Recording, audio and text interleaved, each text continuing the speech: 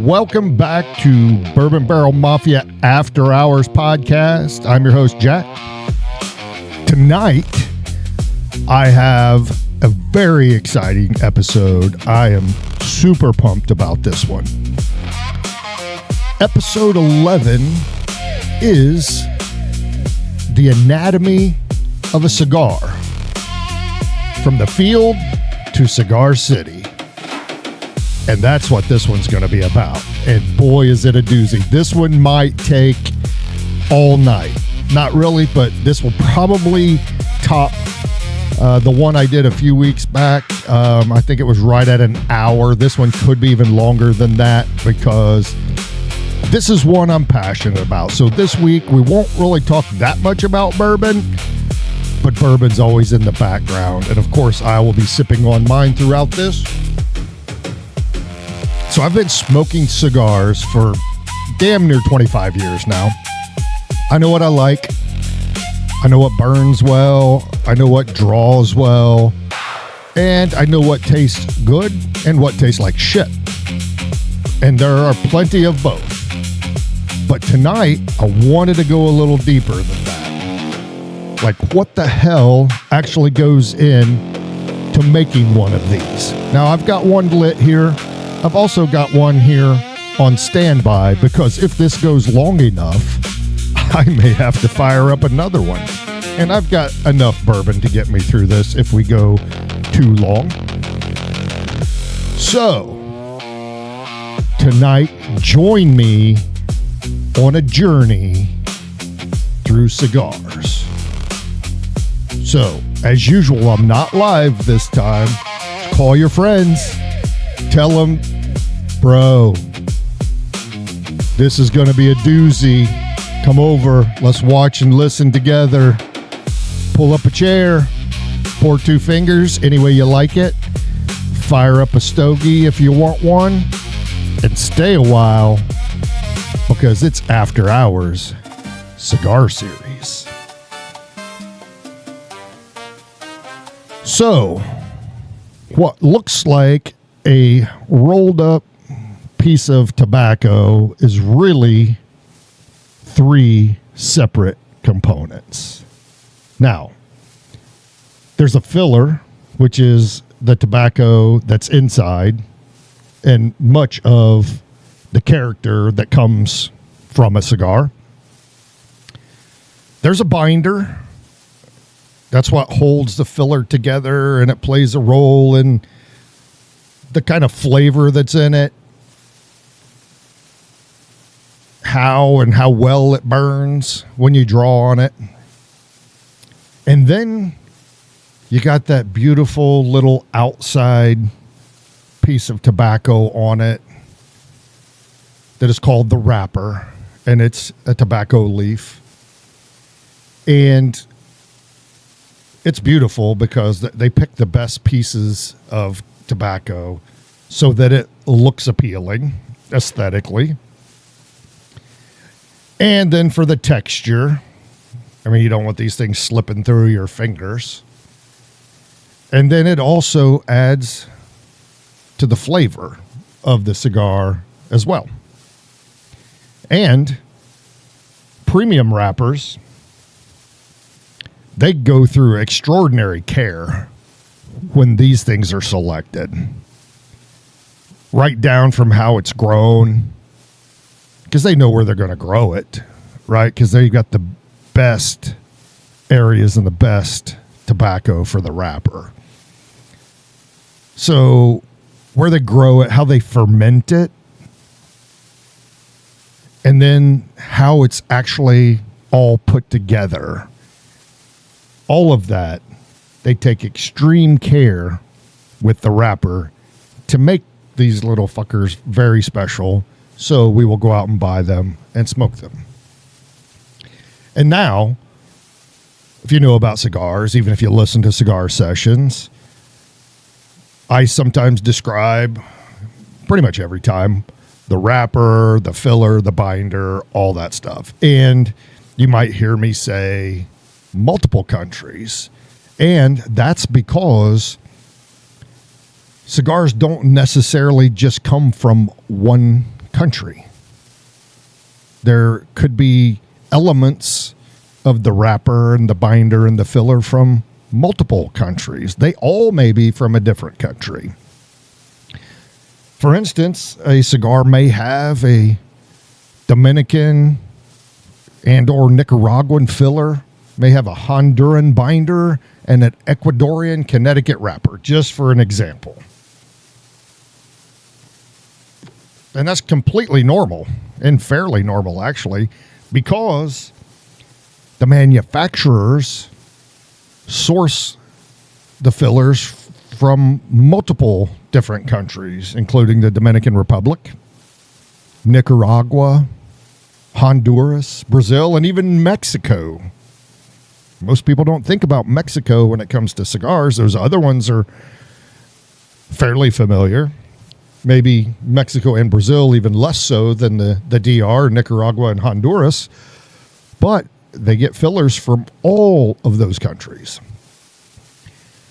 And then with the binders, right? The binders may come from Central American countries or the Caribbean. And then the wrappers, they may come from Connecticut or Indonesia, Ecuador, other places that have rich soil for growing the leaf that makes this beautiful finish. And of course, when it comes to cigars, you know, there are multiple big players that we're all familiar with, such as Cuba, right? I mean, they've historically set the benchmark for cigars, you know, in the mythology of cigar, right? Everybody's like, oh, Cubans, right? And again, I've not smoked a lot of Cubans. In fact, I can tell you I've had 30 or less Cuban cigars, and part of that was because my wife got me a box from a coworker from Cuba that brought some back legally, and I got them for a killer deal. It was a box of 25 Cohiba Siglo 6. I still remember it. I think I paid $225 for that box, and it probably, even back then, it was probably $650 for a box of 25. And of those 25, I smoked 24 of them. I gave one to one of my wife's brothers, and he fucking wasted most of it. And then my buddy Mark, when he went to Mexico earlier this year on a cruise, he brought me back some Cuban Macanudos, and then I think a buddy of mine gave me a Cuban once, probably my first one. So they're not that great, honestly, for the hype and the lore, and you know, it's hard. I guess it's because it's hard to get, right? Because they're illegal. That's what makes them so desirable. But honestly, they're not that good compared to the hype and the cost of some of them. But they're good. It's a cigar, right? They're good. The Dominican Republic is another. I mean, they're huge on premium cigars, the culture, the tradition, and just their tobacco is just, it's very well balanced. It's very elegant. So that, I mean, maybe even better, because you can just fucking go get those anytime pretty much. And then there's Nicaragua, right? They have a richer, kind of stronger profile, but they are major player when it comes to the big players. Honduras, hey, Central America, they're a major tobacco producing, cigar producing country. Both in the agriculture and the manufacturing, both. They're huge players. And then you got Ecuador. They have some tremendous tobacco for wrappers. And it's because the weather, you know, the sun and the cloudiness, it lets it filter the sun and just gives it perfect seasoning for the wrapper tobacco, and makes it such a fundamental agricultural growing area for the tobacco to get the wrappers. And then Connecticut, obviously, that comes from the United States. We are last, but certainly not least, but we are nowhere near those folks as far as the agriculture of the tobacco and whatnot. But, that tobacco for the Connecticut wrapper, right here is a Connecticut wrapper, still a major player, if you will. So, if you think about it, it's not all that much different than bourbon, right? Because what matters is where it comes from, right? For tobacco, it's the soil, the climate, raw material. Well, for bourbon, not so much the soil. Maybe it is for the corn that goes into it, right? The climate damn sure matters, and that's why Kentucky is still the prominent bourbon producing state. And then all the grains and everything, the material that go into bourbon, just like all the tobacco elements, the binder and the filler and the wrapper. So all of that matters relative to cigars, just like it does with bourbon. And then what matters is what somebody does with it, right? It takes people to put these together for the hand-rolled ones, right? So how do they actually build it? How does one of these go together? Have you ever seen it? Someone rolling by hand? I don't mean on video. Clearly you can see the video, but have you ever watched people in person that do this for a living? It's a beautiful thing. But to build one of these, they first have to harvest the leaves, right? Then they have to cure it. They ferment it, sort it, and then they age it so that everything is just right before someone sits down at their rolling table with all their tools and starts rolling one of these things.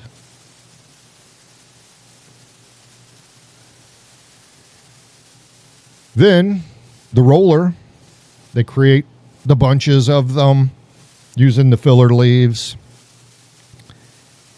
And then they start surrounding it, wrapping it with the binder. They put it into a mold. They get it shaped. And then they neatly apply that beautiful wrapper before they cap it. You ever seen the end? Well, that's a separate piece. It's called the cap.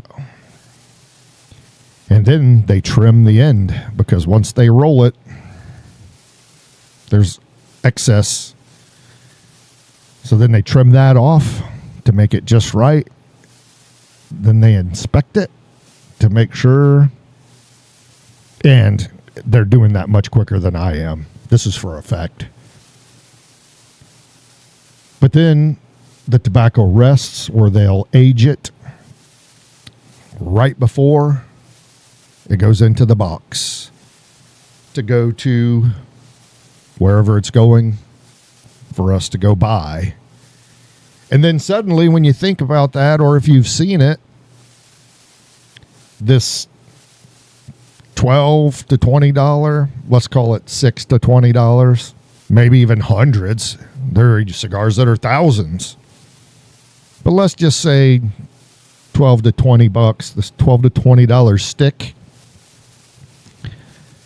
sitting in your hand, in your humidor, doesn't seem quite so simple when you break it down like that. And think about it. Some of these are made by machine, but a lot of them are made by hand. And again, you just heard me talk about that. So it's not like they just sit down with 3 leaves and then they roll the son of a bitch up and slap it in a band on it and slap it in a box. It's not the way it works. At least not the ones we smoke. There could be somebody out there rolling cigars like that, like they're rolling a joint or something, and it's much a simpler process. But For our purposes, what we're talking about, quality, premium, the shit we like to smoke, it's a little more involved in that. And so if you go a little deeper, you think about the farming, right? The agricultural part of it. All the workers from everything, planting and treating and harvesting. You know, they use, have you ever seen the barns where they cure tobacco? I mean, just it hangs in these barns, curing. Then they got to ferment it, sort it, blend it, roll it, do quality control, because somebody's got to check it, right? And then the aging, you know, just like waiting for a good barrel of bourbon to get just to the right age, long before this puppy, one of these, even reaches our cutters, right? So what seems so simple, man, there's just so much involved in it, and it's very fascinating. And especially if you ever see people, I mean, imagine this. So the first time I ever saw it, it was an older gentleman. I mean, he looked like he was 100. Who knows? He could have been 40. He could have been 80. I don't know. But just watching him do that. And then I see the videos. If you ever see reels or anything like that, watching these people do that. I mean, just, they're doing it by hand. And it doesn't look like these things are made like that, right? Because, yeah, they use a shaper machine to help shape it, but just the fact that how the piece, they know how to cut it. And it's not just it's not like fucking making sushi in a rice sheet, right? I mean, they cut this thing in a shape because they know once you roll it, it's like rolling those fucking, what are they, croissant rolls, if you get that can of biscuit dough or whatever that shit is. But even then, it's shaped different. And then they know exactly how to cut it, and with this weird cutter, and then they wrap it right nice and tight, and then they put the cap on, and they're dipping their finger. I don't know what they're dipping it in. I'm just glad they're not licking their fingers or getting it wet to make it stick together. And then they put that cap on, all of that shit. I mean, I'm amazed by it. Maybe I'm a simpleton and it doesn't take much to amuse me. That's always a possibility, but I'm fascinated with that shit. So if you've not seen it, I mean, I wish, like you do a tour at the distillery, man, I wish I could like tour that entire process step by step, right? Now, I don't need to be there when they plant it and then when they fertilize it, all that shit, but I would like to see them take it out of there. And I'm not sticking around for the whole fucking thing. I'm not going to sit there while it ages and ferments shit. But you can see every step of the process, right? But to go through that, where they harvest it, and then, they're sorting it, and then when it goes to the fermentation process, and then when they, they pick it from there, and then it goes through all the other steps, getting it to the table, and then watching them roll it from there and on to the final process. I know how it gets to the fucking cigar shop. I don't need to see the truck take it, but all that other stuff would be very fascinating for me, at least. Maybe not you. I don't know. But if you've not checked it out, at least find a reel or something on YouTube and watch it, because it is pretty fascinating. And here's the best part about all of this, and this is why I was super excited. Maybe you know this, maybe you knew it, maybe you didn't. Now, I knew a little of this, but I never dug in to really find out why or what and how and all of that stuff. But this is where the story really gets personal for me. Because I'm from Tampa. And the part you may or may not have known, the first part, is that Tampa is called Cigar City. Now, some Tampans, Tampans? If we live in Tampa, are we Tampans? Tampanians? Tampaites? I don't know what the fuck we're called, actually. The people from Tampa may not even know all of this story. Now, if you live in Tampa and you didn't know we were called the Cigar City, fucking pack your bags. Go back up north where it gets cold after October. So anyway, I knew that it was called Cigar City. That from the moment I moved here 26 years ago, I knew that. And I hadn't even started smoking cigars until like a year after I got here. But here is the story about how Tampa became known as Cigar City. So way back in 1885, Vicente Martínez Ybor and his fellow cigar manufacturer, Ignacio Haya, they decided to establish cigar manufacturing. And they decided to do it in a community right here near Tampa Bay. Amazing. So, the first factory, which was called the Ybor factory, and for yuns that don't know, it's YBOR. And I know most of you that don't live here don't know, and that's okay because it looks weird as fuck. And I can't tell you over the last 25 years how many people have said, what's that? Ybor, Ybor, Yabor? It's Ybor. The first Ybor cigar factory opened in 1886, just a year after they got here.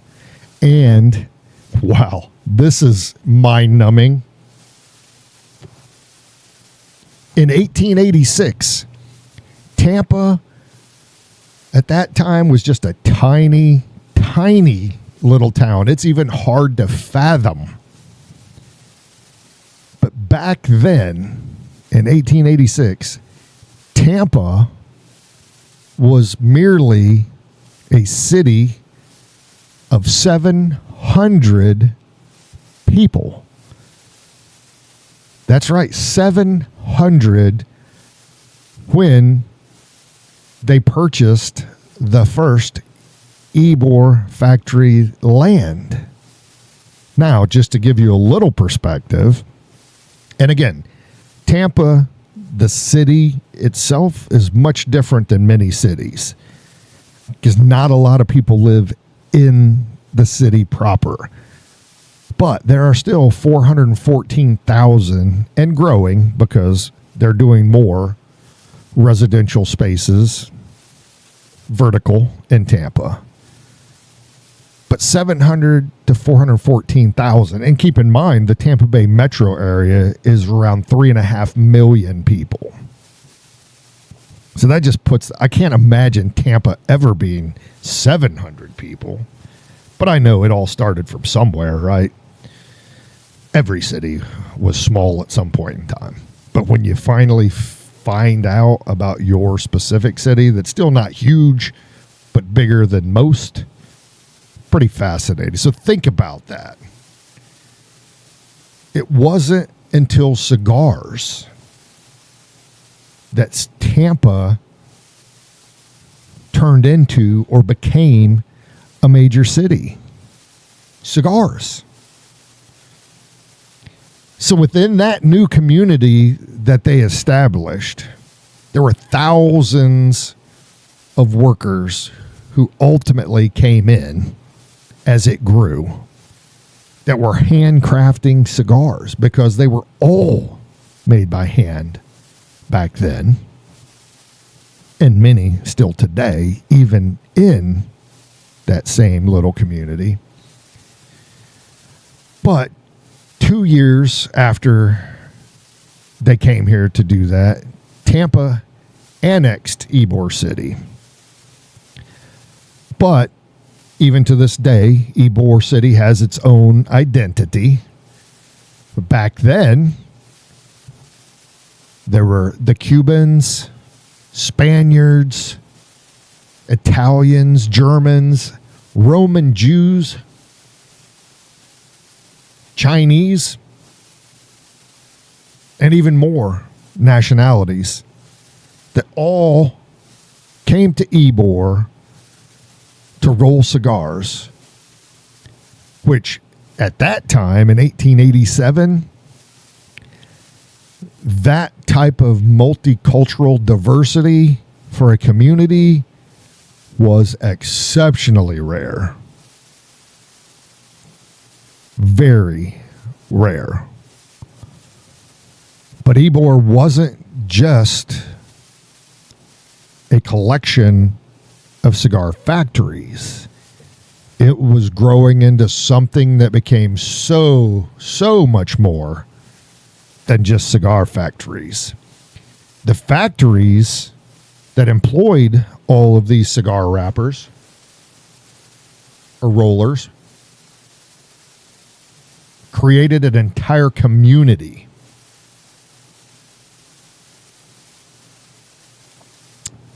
So the workers all lived nearby. And because of that, other businesses started springing up because they had customer bases. Businesses needed customers. These cigar rollers, they needed other stuff. So other businesses opened. They even had immigrant social clubs. And those clubs provided medical care, other social services and whatnot. And within this community, politics, food, language, and just this ginormous, unique culture of multi-races and multi-nationalities all collided in that one place. And then, as if all of that was not interesting enough, one of the coolest, maybe the coolest cigar traditions that you could ever imagine took place. And it was called the Lector. The Lector. Lector, for those of you who are Googling or ChatGPTing or Grokking or whatever those other fucking ones are.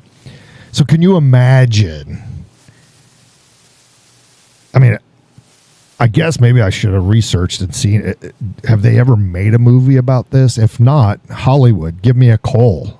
I'm not an actor, but I want to watch. I will. I'll play a part in there. But I mean, can you imagine? I mean, I can't. That's the history. I love history. But you can almost just sense and feel the time. And if you've not been to Ybor, maybe less so. But if you've been to Ybor, and it's modern now, but just that whole feel of that area and the vibe. I mean, the smell of cigars, either fresh tobacco, burning the cigar, and probably a fucking shit ton of BO and nastiness because it was the 1880s. But seriously, the Lector, Lector, for those of you who are still trying to figure it out and look, how this is so fucking cool. So the Lector is where workers actually paid someone to sit up above the factory floor. And this person read to the factory workers while they were rolling cigars. Is that not just fucking awesome? So what did they read, you might ask? Well, I'm going to tell you. So in the morning, they would read the newspapers, right? Because newspapers come out early in the morning. Well, they did back then. I don't even know if there's any newspapers anymore. Maybe. But back then, the newspapers came out early in the morning. So the lector would read the newspapers in the morning so the workers could stay focused on what they were doing and still know all the happenings going on of yesterday or early morning. And then later in the day, they would read them literary works or political works. So these people really knew what was going on, all while sitting at work. Now, today's society would be like, will you shut the fuck up? Leave me alone. I'm trying to listen to something while I'm working. But I mean, imagine that. Imagine how much better off we would be if we stayed off our phones and shit while we're working, especially when you're sitting there assembling, because there's still a lot of assembly work and stuff that goes on out there. But imagine having somebody read to you while you're doing that. So you're still getting your news, you're still getting your culture, you're still getting your politics. And I mean, how fascinating. So even back then, the workers would each contribute a little bit of money to pay for the lector's salary. And as a result of doing this, you had a large number of cigar rolling immigrants that were exceptionally informed and very politically engaged even back then. Fascinating. So imagine. So I'm from a town. I was born in a town in Indiana. It's the orthopedic capital of the world, right? So you imagine all the orthopedic shit, right? There's stuff that's got to be put together. And I know a lot of people that work there because, I tell you, there's not a lot going on back there. So if you're staying there, you're probably more than likely, unless you're working in some other medical field, or if you're a professional or have your own business, you're probably working at one of these orthopedic facilities. But so they got to put stuff together. So people still do this, but imagine back then, today, if you're sitting at a rolling table for 8 or 10 hours, who knows, maybe 12, 14 hours back then, they didn't have much else to do. Hand making cigars. But while you're doing it, you've got someone standing above you, reading the newspaper, the politics, novels. They literally got to choose what they wanted to hear. I mean, imagine if I had this podcast going on back then. Someone may have read the transcript to them. I don't know. Probably not. But that was part of the cigar culture in Tampa, which is fascinating. And then there's José Martí. Now, make no mistake, I may be fucking some of these names up because my Spanish is very rusty. But José Martí, if that's his name, he was a national hero of Cuba because he helped liberate Cuba from Spain.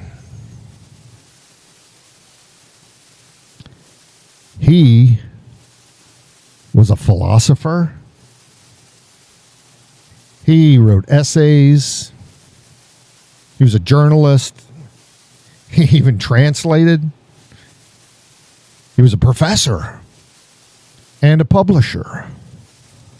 So this guy was no joke. Highly, highly intellectual. But why and what about José Martí? In addition to liberating Cuba from Spain, he helped Ybor City become an important center for supporting the Cuban independence.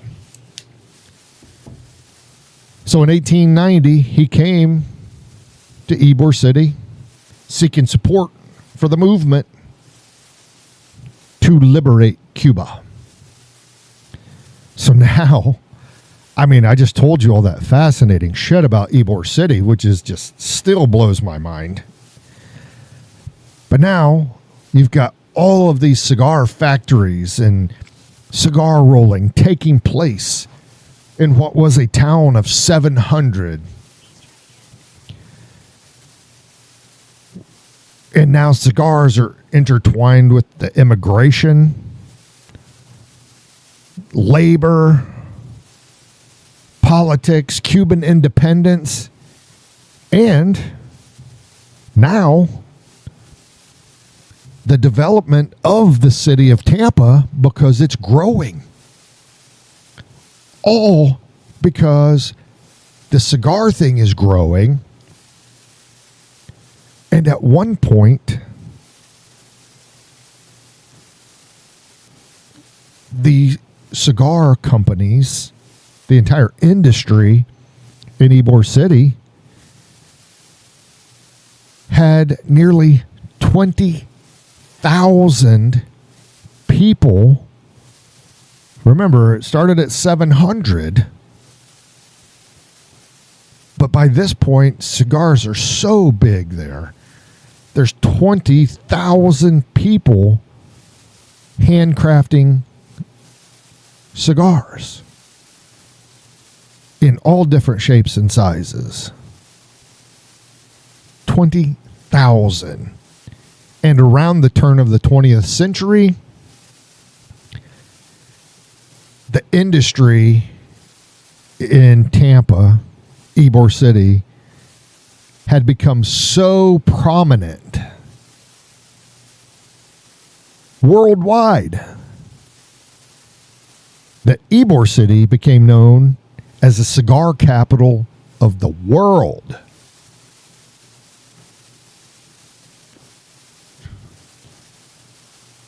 So imagine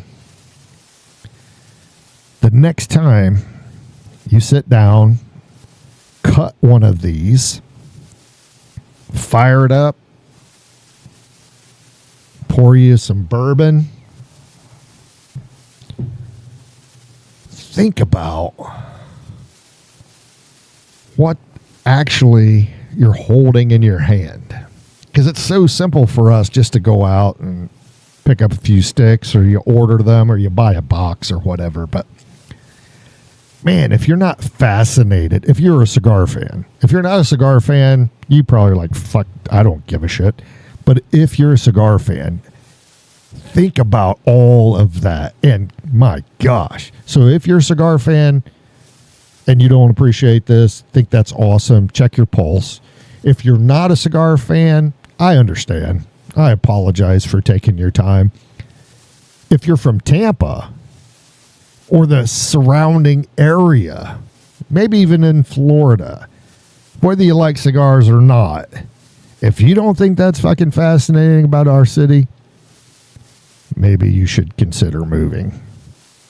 Because this, I can tell you, I just recently found all this out as I did the research for this episode. And this means a whole lot more to me now. And I've not been to Ybor City in 15, 20 years because I won't say it. It's not the safest place like it used to be. But I want to go back down there now and pay more attention. I'll probably do it during the day, strapped. But I am so fascinated by that. Because because before it was just, man, I love cigars. I want to smoke a cigar. It's enjoyable. I'm going to go buy cigars. I order cigars. I get my collection every month from Cigars International for the Cigar Club. But now it means something different. All the different leaves, all the different farms, all the different countries, especially the different countries that could all be a part of a single cigar, the years of growing and curing the tobacco, fermenting and aging. Somebody sat down and blended this, and then somebody else sat at that table for 8 to 10 hours. And I guarantee now there's no fucking lector sitting there reading to them, although that would be really fucking cool if they did. And tell you what, when I retire, maybe I'll volunteer to do that if somebody's looking for a lector. So, if you're sitting where I'm sitting in Tampa and you're holding something that helped build Tampa, you have to admit that's really, really fucking cool. Pour, draw, smoke. And that is why they call Tampa Cigar City. So until next week, keep the pours in the glass, not on the shelf. Keep the smoke rolling. And tune in for more After Hours. Cheers, friends.